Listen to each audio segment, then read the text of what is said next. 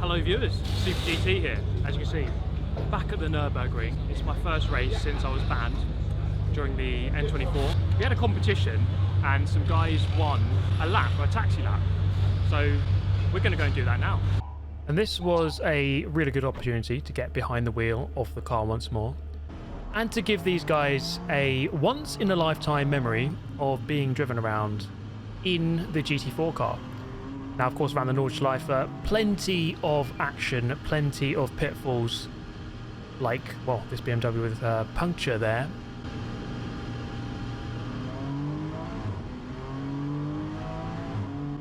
And I would very much like to think that these guys enjoyed the experience, so thank you to everyone who entered the competition.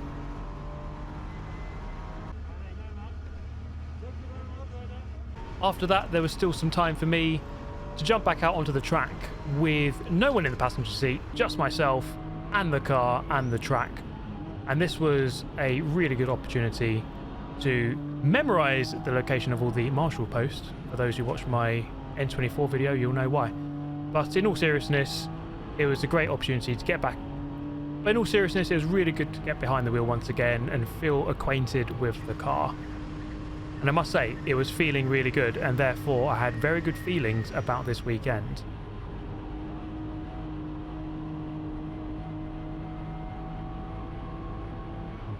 It's good to be back in the car, guys. Good to be back. But yeah, let's jump into tomorrow in qualifying. Good morning, guys. Let's head to the track. It's a fresh morning. It's my beautiful S90 Volvo hire car. Jimmy had to outdo us with this. He's got a 4 GT40, isn't he? Okay, guys, we're in. I'll see you at the track. Okay, guys, qualifying time. I just want to go out there and get acquainted with the car because I'm going to be starting the race.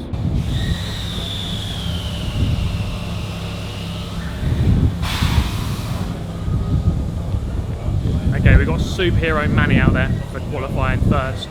And he was on a flyer. This was one of the most unbelievable laps I have ever witnessed. As we cross the line here, you're going to see on the dashboard the lap time, and it was by far the fastest this car had ever done. An astonishing 8 minutes 26 seconds. And we couldn't quite believe how quick that was. What the fuck?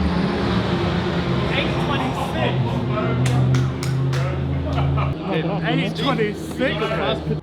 You might just be able to make out Manny's reaction in the car as he crossed the line.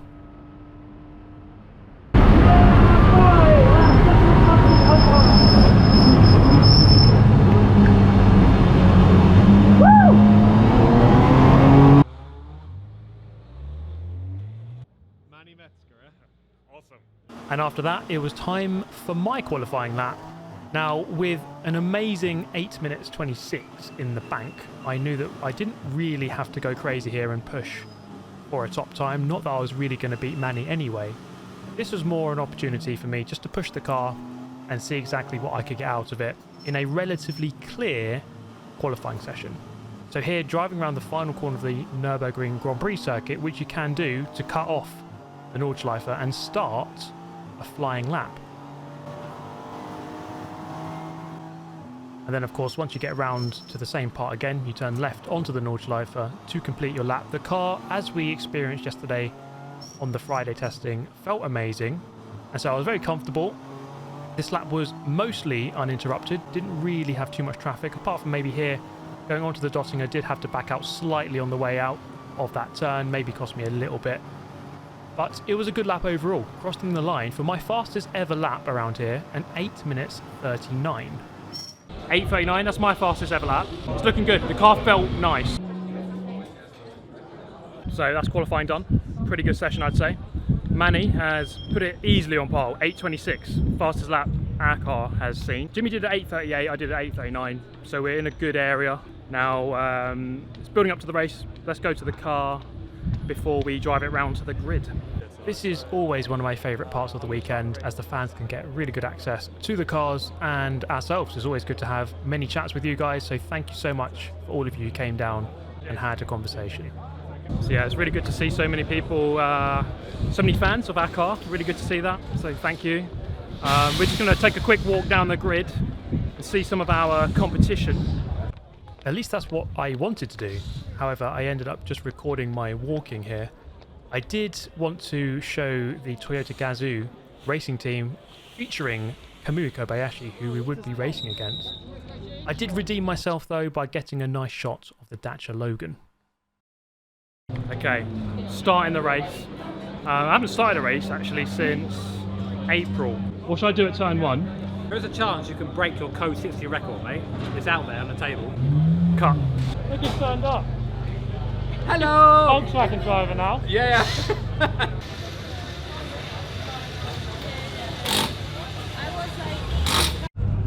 Ben?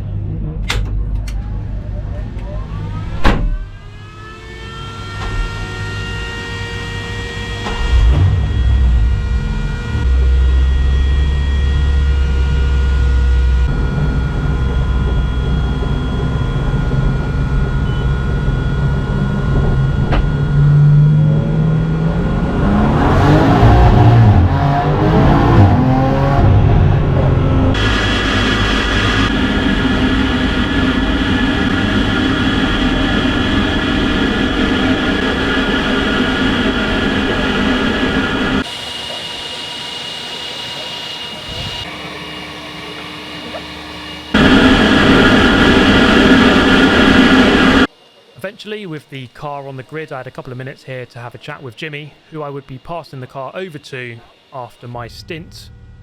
And after a few more minutes, the formation lap was underway. A long 20 or so minute drive around the Nordschleife, trying to save as much fuel as possible. So driving in high gears and not really revving the car out too much. A bit of weaving here through most of the circuit, not really warming up the tyres too much. But you do that really once you get round to the Dottinger at the end of the lap, which is here. So it takes a long time to get to this point. But warming up the tyres now with a bit more rigorous acceleration and braking to generate some brake temperature and therefore some tyre temperature as well.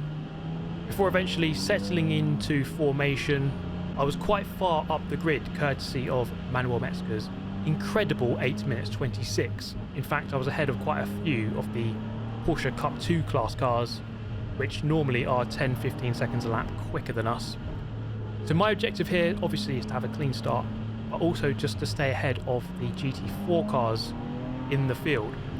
Nearly going a bit too early there into the back of the car in front. The lights do though go green, and the race of 6 hours is now underway. As we head towards turn 1, no surprise to see the Cup cars ahead pulling away. That is not really an issue. Those guys are in a different class, a different category, and we're not really in a direct race with them. We're just going to try and stay on the back of them, not really try to overtake them as such, because they're only going to hassle you and overtake you back again, and perhaps you're going to lose time. I was ahead of a couple of Cup class cars, and you're going to spot those perhaps in the mirror. It can be quite difficult to see. I mean, that rear view mirror, I don't really ever use it. You can't really see too much out of it. It's always about the side mirrors.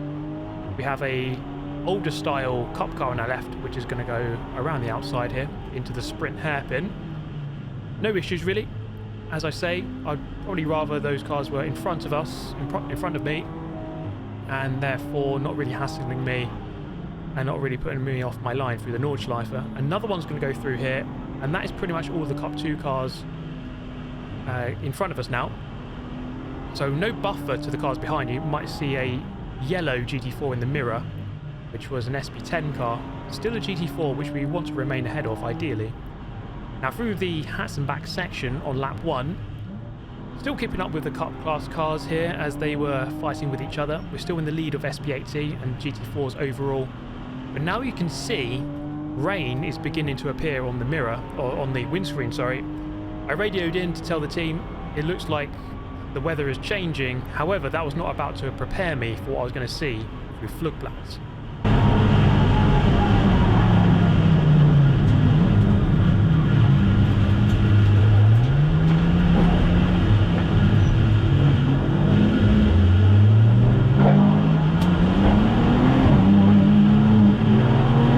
Some footage from the side of the track showed clearly what had happened just in front of me as an Aston Martin goes flying into the wall, with the wet weather beginning to affect the car's grip. And you can see lots of cars trying to scramble left and right. I was lucky to not go into the back of the car in front. Fortunately enough, the cars just behind me did collide, and I was lucky to not get collected in that. But now we have a very interesting scenario. I radioed in to say that I'd run over some of the debris on my front right. I didn't know if there's any damage, but we also had to contend with a wetter circuit on dry tyres. So this was a really testing scenario, as we're going to take the outside line here, which is kind of recommended, I suppose, in these conditions. Going easily around the outside of that car and moving, let's say, up a position, not in class, but overall, I suppose. You can see now the distinct lack of grip on this part of the track. Trying to scramble off of the normal dry racing line to find some grip. The rain really coming down at this point of the track. The sort of western section of the circuit here, such is the size of the Nürburgring that obviously it can rain on one part of the track and be dry elsewhere. So as we exit Adenauer Forst area, it is now not really raining too much, and therefore very much an opportunity to get back on the power and drive pretty much at full speed. So that was quite a scary little section there of the track with the wet weather, but now trying to get back on it, we are stuck behind this Cup 2 class car, which I don't think has really adjusted to these conditions. This car should be a good 10-15 seconds a lap quicker. You can see out of here, I get a little bit frustrated, getting held up with lots of cars queuing up in the rearview mirror. So I was just a little bit conscious that I didn't want to lose and surrender first place in SP8T or GT4 overall, and so I kind of wanted this car to get a move on. Luckily up the hill, the Cup 2, much better power, and therefore pulling away, we can settle into the slipstream. We both kind of caught up with this Toyota GT4. I had lost a handful of positions. I mean, I'd just say that I didn't want to lose first place. I did. I easily lost first place because I had to go around the left-hand side of that wrecked Aston Martin, and a good 5 or 6 GT4 cars overtook on the right-hand side, and there's not much I could have done about that. Now, just trying to look for a way past into Schwalbenschwanz, looking around the outside here, not quite able to make the move happen. And sometimes around the Nordschleife, I say sometimes, but a lot of the time you just have to be incredibly patient and wait for the Dottinger, which we are now onto, or the Grand Prix section. So now, on the back straight, plenty of opportunity to stretch the legs here of the GT4 BMW.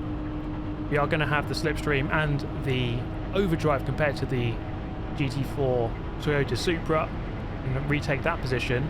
This Porsche here, a little bit scared perhaps of the rain, slowing down, but you can see the conditions changing once again as we approach the Grand Prix part of the track. And the car overtook at Schwedenkreuz, going back past me here, and we're all going to slow down quite a lot here, not really sure of the conditions. Let's not forget we are on slick tyres here, and therefore any mistake and you could easily see yourself sailing into the barrier. I did manage to get a nice outside overtake here as this guy took the normal racing line. There was more grip on the outside before deciding to pull over to the right hand side and head into the pit lane to change over to Inter tyres. Now, I didn't know if this was the right decision at the time. The track was obviously getting wetter in certain places, but most of it was dry at this point. But nevertheless, we came in, decided to change the tyres over and see if this would throw us up the order. Now, this was obviously an opportunity to gain a lot of positions, but also to lose some. So let's see how this one plays out. As we exit the pit lane, you can see the rain was very much a lot stronger at this point of the track, and the grip amount was really, really low. As we come out here, I almost understeer into this M2 BMW as we're going out down into turn 1. A lot of understeer, going very wide. Fortunately, not making a collision. A big snap of oversteer on the exit as the cold tyres are fighting for grip, which really does not want to present itself right now. So just trying to find our feet here, trying to get some grip, trying to get some temperature into the tyres, trying to find the line and where the grip is. Now, fortunate enough, through here, there was a red flag. There it is. So the race had been suspended, and for a very good reason. And it was because of all the SB9 cars which did not change onto the wet tyres. Let's take a look. And Bastian Bush just closed the door. It's going to be cold. They are all on. This is off. Now Stifler. And that was Menzel. Menzel out. Everybody's off. That's 5 cars off at Hatzenbach. I make that 6, the other 5 cars off, and collects the others. We've got 6 cars, 7 cars off at Hatzenbach now. It's just an absolute skating rink down there. So the race for now was suspended. All we could do is bring the car back, and it was a good opportunity for me to check out if I had any damage from that collision with the debris.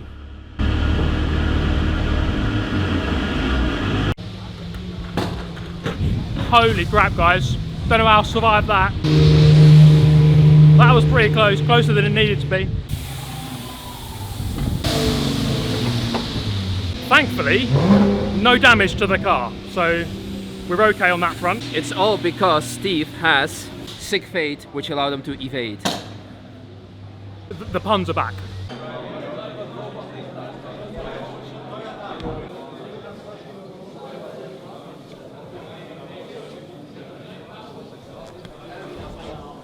Okay, the race is going to restart. We're basically down to a 4-hour race. So a lot less cars on the grid.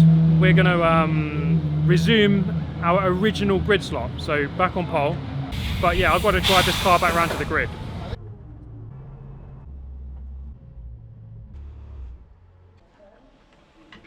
Okay, yeah, back on the grid. We're going on the slick tyres because the track has actually dried very quickly from that rain shower. Basically same again, another race start, 4 hours this time instead of 6. Just want to make it through, have a clean stint, and then we hand over to Jimmy. Okay, we go again. Race start number 2, formation lap number 2. This one had some more importance, I would say. Obviously the normal fuel saving and tyre warming, and also some reconnaissance to work out which parts of the track were wet. You might be able to spot that through this bit, the entry down towards Foxhole was actually a little bit slippery. This was where the rain really came down quite hard during that first start. And therefore, this would be a section where we'd have to be a lot more careful on the first lap. However, as you can see, the rest of the track was actually pretty much completely dry. And so, kind of just shows you how quickly this place can dry up. We head up to the line for our second race start. And I really just want a repeat of the first one, albeit, let's hope, without some SP9s crashing into the wall ahead of us. Let's try and have a nice clean start, remain at the front of the pack, and see what we can do. Obviously, with the restart, we had been brought back into our original grid slots, and therefore I was back at the front of the SP8T class. This time, you can see in the mirror the very quick SP10 of the Aston Vantage. Very much someone we wanted to keep behind. They have a very quick car, and we knew that with the straight line speed advantages that we have, all I need to do really was just stay ahead on this Grand Prix section, and I should be okay to defend for the majority of the lap. So that was my main objective, just to stay in front, especially towards the Nordschleife. There's only a couple of corners remaining on this start. Naturally, the Porsche Cup cars just pulling away as they would always do on this opening lap, so nothing wrong with that. It's really a race of myself against the SP8Ts, driving left onto the Nordschleife. Car goes a little bit light on that turn into the Sabine Schmitz curve, off the brake, let the car roll, back on the power, keep the minimum speed up as high as possible, and heading up towards Flugplatz this time around. No such collisions with the wall, no such cars blocking the path, so that was a much easier run through there, and this was a good opportunity to really maximise the straight line speed of the car and open up the gap to the cars behind, give me a bit of breathing space.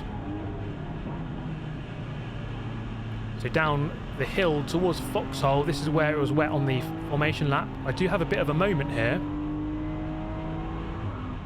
Now that might not look like much, but I can tell you that was a pretty scary little moment, because if that develops any further, you're having a very monumental crash down there. And so just really easing off the power. I probably lost a second or two, but this was a race of risk management, and that is just something you really have to do around this track. It's not about driving at 100% all of the time. I just really want to make sure that this car gets to the end of this stint unscathed, and ideally in the lead of the pack. You know, if an SP10 car wanted to go through, I wasn't going to fight it too hard. The main thing was that we're at the front of SP8T, The car was feeling amazing, I must say, there through Plants Garden. Really, really planted, and this is the best it has felt all year. So really good to jump back into this car after 3 months and for it to feel even better than what I remember. It continues to get faster and faster. Black Falcon and Bilstein really working hard to improve the car at every opportunity and doing an amazing job of doing so. At the end of this opening lap, things were going very much to plan. The cars in the mirror were slowly disappearing, maybe 5, 6, 7 seconds back towards the next car at this point. And so this opening lap was very much a success. Nothing to report, no problems at this moment. So we're very happy. As the race develops, obviously there's new pitfalls that can trip you up. As we're going through the second lap, I spotted someone in the mirror. You might be able to see them in the right-hand mirror there. I wasn't sure who it was approaching me. I was hoping that it wasn't the GT4 car. Eventually it turned out that it was a Cup car. I'm not sure how they got behind me at this point in the race. Perhaps they pitted or they must have made a mistake on the opening lap. I didn't really fight them, letting them through here before the Schwalbentrans corner and losing a bit of time, but just making sure we play it safe and don't do anything stupid. Eventually we would actually catch up with that car later in the race, but we'll see how that one develops, trying to keep vaguely in the slipstream with that car in front on the dotting, trying to get any free time that you can. And then the next main obstacle you're going to come across in an NLS endurance race is that of traffic. We caught up with the third starting group fairly quickly. This is lap number 3, and therefore quite a lot of management to do. This is always a fun part of the race, trying to get in between the slower class cars through the hats and back section here. Sometimes you can throw up the inside, but obviously not close enough here. We're going to try and time it to get a nice move on the exit, really time that momentum and dive into that gap. Nice clear communication between the two of us, and neither of us really losing much time there, so nice safe overtake. Coming down the hill into the foxhole once again. By now this section was pretty much completely dry, and therefore the entire track was dry. Coming up to a couple of slower class cars here, easily going past them. In some opportunities present themselves very nicely, like that one and like this one. Not really losing any time here, if anything gaining because of the slipstream, and therefore that's always a dream when that happens. You just know that you're pulling away from the cars behind when that happens. And sometimes you can scare these cars off the racing line. I mean, this car, I kind of went left, dummied left, and they had every right to go into the banking there. Didn't really opt to take it, and so we're going to not lose any time. So sometimes things like that happen, and we're going to take all of those gains where we can. Getting a nice overspeed here compared to the slower class cars on the Dottinger and through Schwedenkreuz. Getting a nice overtake done here into Arenberg. So this stint, as you can probably tell, was going really, really well. I was really happy, really comfortable. Not everything goes exactly to plan, maybe losing a little bit of time here. By this point in the race, I was a good 35 or so seconds ahead of second place in our category, and therefore we were looking pretty good here in first place. Didn't really have to risk anything stupid.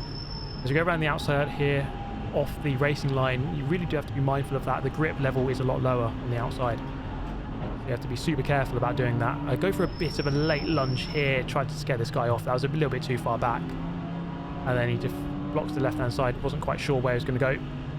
Sometimes it doesn't quite work out. I mean, that one probably wasn't my best attempt at overtaking the back marker traffic, but the main thing is that we've got the job done and there's no collision.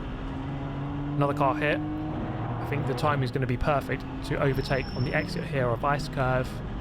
As the space just opens up, there's a little window here to overtake between here and the entry to Plants Garden, so that was kind of perfect. And these are the dream overtakes, guys. These are the dream overtakes. Getting 3 for 1 on the Dottinger with some slipstream, not losing any time whatsoever. You just know that your opponents are going to have to overtake these guys, probably through the Grand Prix section or the entry to the Nordschleife, and therefore that's the dream, when you can get a couple of cars for free like that. Sometimes you do have to check up your speed. Coming through this section, I thought I'm not going to go for the overtake into the right-hander. I have to get it on the exit, so checking up a little bit on the way in to make sure I can time momentum to get a good drive on the exit. And then overtaking the amazing, the legendary Dacia Logan. There it is. actually getting quite close to it. Maybe a bit closer than we would have liked, but getting through ultimately. Heading down in towards the hats and back section. This is lap number 5 now of my stint. And remember the Cup 2 car that overtook us in lap 2? Well, there it is. It's in the wall. And that was actually a lot closer than it looks on this camera. Really did have to get up on that curb on the right-hand side. Obviously wasn't sure if there was any coolant or any liquid on the track, so you obviously have to be really careful in those situations. That wall is actually a lot closer to the track than you think. And there's some scenarios like this one as well, going in towards through Niki Lauda curve, and you've got to be really careful here on the inside. It is actually incredibly ungrippy, if that's the word, and you have to be super careful, not taking any risks. We have a good margin to the lead, as I say, to second place, so not really doing anything too crazy at this point. You know, sometimes here you can't really prise the door open as quickly as you'd like, but ultimately I would say that this was a really comfortable stint. You can probably get that vibe here. So down in towards the hats and back, this is where the Cup 2 car went into the wall. Being mindful here of slowing down for the Code 60, this car was going about 47, which was quite frustrating. But it is what it is. I can't overtake, and therefore I've just got to sit behind and just take the time loss. So here we're going to see the car on the flatbed truck. Nice time to have a little bit of a relaxation for 5 seconds before you get back on the power. And we can easily overtake this guy on the way out. A little bit of time lost there, but nothing too pressing.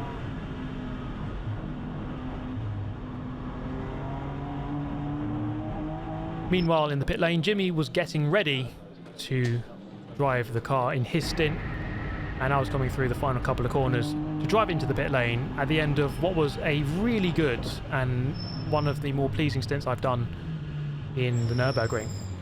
So jumping out of the car, Jimmy's going to jump in and try to complete and bring this one home.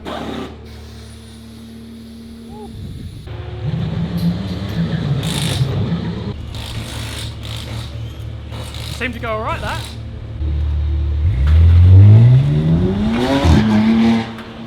Come on, Jimbo, bring it home, mate. And so here, Jimmy inherits the car with a good 35 to 40 second margin over second place.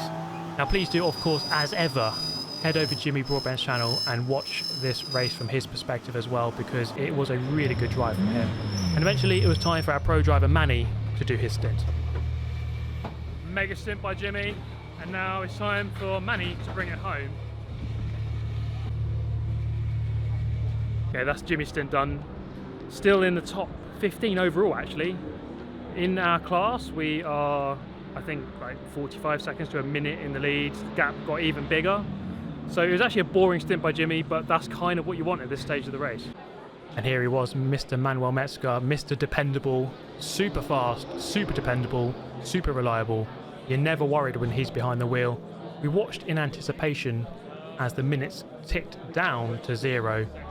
But eventually it was clear that the second race win of the season was going to be ours. Jimmer, go boys.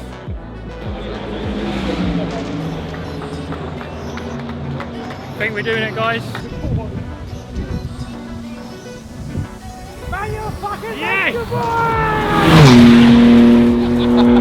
Get in P1. Congratulations. Yeah. Come on, we did it. Oh, a non-eventful race and a P1. Then, Love you guys. this man right here, he sorts us out big time.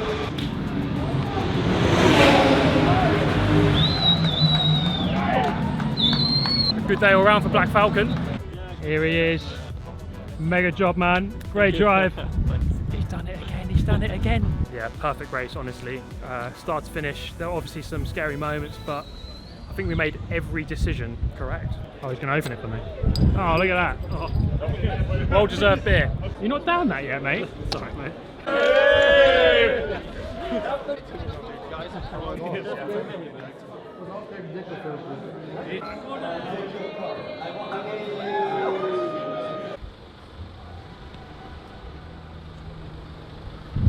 There we go, guys. Another trophy, a first place. What a return, honestly. I'm so happy after what happened at the 24 to come back and to have pretty much the perfect race. The car was perfect, Black Falcon were perfect, Bill Stein were perfect, Jimmy and Manny were perfect. And it was just great to be part of this race. Honestly, it was just such a great experience. So thank you for watching. I really hope you enjoyed it. I'll catch you next time.